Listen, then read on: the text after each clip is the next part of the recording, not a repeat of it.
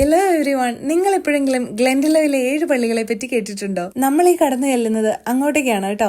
അയർലൻഡിലെ 7 ആദ്യകാല പള്ളികളുടെ അവശിഷ്ടങ്ങളാണ് കേട്ടോ ഇവിടെ ചിതറി കിടക്കുന്നത്. അക്കാലത്തെ ഏറ്റവും പ്രധാനപ്പെട്ട ഒരു സന്യാസ സമൂഹം കൂടിയായിരുന്നു ഇത്. ആ കാലം മുതൽ നിലനിൽക്കുന്ന ഒരു സെമിത്തേരി കൂടി നമുക്ക് അവിടെ കാണാനായിട്ട് സാധിക്കും.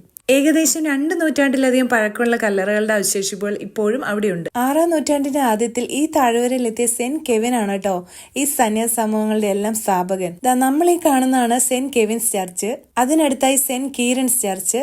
അതുകൂടാതെ തന്നെ വേറെ 5 പള്ളികൾ കൂടി ഉണ്ട്. ഇതാണ് കേട്ടോ റൗണ്ട് ടവർ. 30 മീറ്റർ ഉയരമുള്ള 6 നിലകളോടുകൂടിയ ഈ ടവറിന് വേറൊരു പ്രത്യേകത കൂടി ഉണ്ട് കേട്ടോ. 3.5 മീറ്റർ ഉയരത്തിലാണ് ഈ ടവറിന്റെ കവാടം സ്ഥിതി ചെയ്യുന്നത്. ഏണി ഉപയോഗിച്ചാണ് ആളുകൾ ഇതിലേക്ക് കയറിയിരുന്നത്. പിന്നെ ഇതാ നമ്മൾ ഈ കാണുന്നില്ലേ, ഇതാണ് ആ പള്ളികളിലെ ഏറ്റവും വലുതായി കണക്കാക്കപ്പെടുന്ന കത്തീഡ്രലിന്റെ ഉൾവശം. ഈ പള്ളിയിലേക്ക് കയറി ചെല്ലുമ്പോൾ നിലത്ത് നമുക്ക് പഴയ കല്ലറകളൊക്കെ കാണാനായിട്ട് പറ്റും കേട്ടോ. അതുകൂടാതെ തന്നെ അന്നത്തെ പഴയ വാതിലും കല്ലുകൊണ്ടുള്ള ഒരു ഷെൽഫൊക്കെ ഇപ്പോഴും അവിടെ തന്നെ ഉണ്ട്. അങ്ങനെ ഒരുപാട് ചരിത്രങ്ങൾ ഉറങ്ങിക്കിടക്കുന്ന ഈ മണ്ണ് വിക്ലോയിലേക്കുള്ള യാത്രയിൽ മിസ് ചെയ്യാൻ പറ്റാത്ത ഒരിടമാണ് കേട്ടോ. അപ്പൊ പുതിയൊരു വീഡിയോ ആയിട്ട് കാണുന്നവരെ ടാറ്റാ, ബൈ ബൈ.